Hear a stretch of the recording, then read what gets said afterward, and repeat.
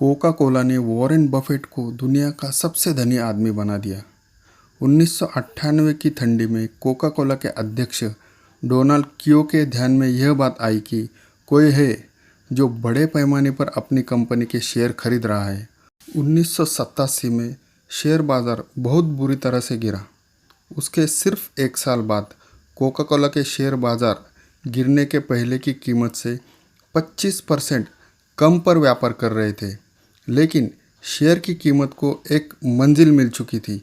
कोई अनजान इन्वेस्टर तेज़ी से शेयरों को अजगर की तरह निगल रहा था।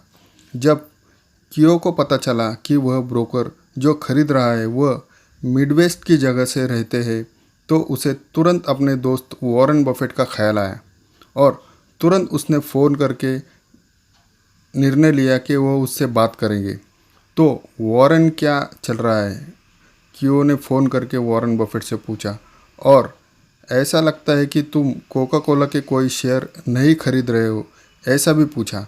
वॉरेन बफेट ने थोड़ा रुककर कहा, देखो कियो, ऐसा है कि मैं खरीद रहा हूँ, लेकिन जब तक इसके मालिक बनने का मैं खुलासा न कर दूँ तब तक तुम चुप रहोगे तो मुझे अच्छा लगेगा।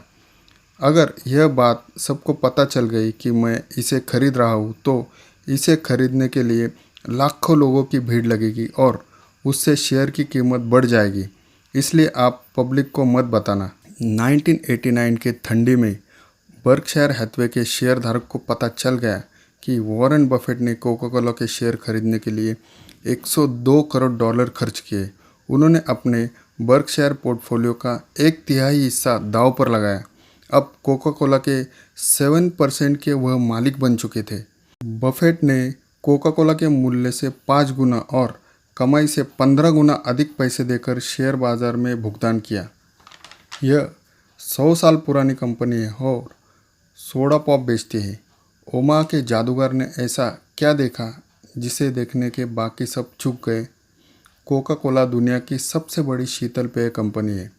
यह दुनिया भर के 200 से अधिक देशों में 500 अलग अलग प्रकार के अल्प आहार बेचती है। इन 500 में से 1500 करोड़ डॉलर के ब्रांड हैं, जिनमें Coca Cola, diet Coke, Fanta, Sprite, वीना मिनरल वाटर, पावरएड, मिनएड, सिंपली, जॉर्जिया और डेल वाले शामिल हैं। कोका कोला के साथ बफेट का रिश्ता बचपन से है। उन्होंने पहली कोक 5 साल की उम्र में पी थी और उन्होंने बिजनेस की शुरुआत भी उसी से की। 6 कोक 25 सेंट पर खरीदकर 5 सेंट पर एक ऐसे वो बेचते थे और 5 सेंट कमाते थे। अगले 50 सालों तक उन्होंने कोका कोला की तरक्की का अभ्यास किया, लेकिन उसे खरीदने के बजाय वो कपड़ा मिले, डिपार्टमेंट स्टोर और खेती सामान के निर्माताओं को खरीदते रहे। यहाँ तक कि 1986 में भी जब उन्होंने घोषणा की कि चेरी कोक बर्कशायर की सभी बैठकों में लोगों को पीने के लिए दिए जाएंगे, तब भी उन्होंने कोका कोला का खरीदने का कोई विचार नहीं था।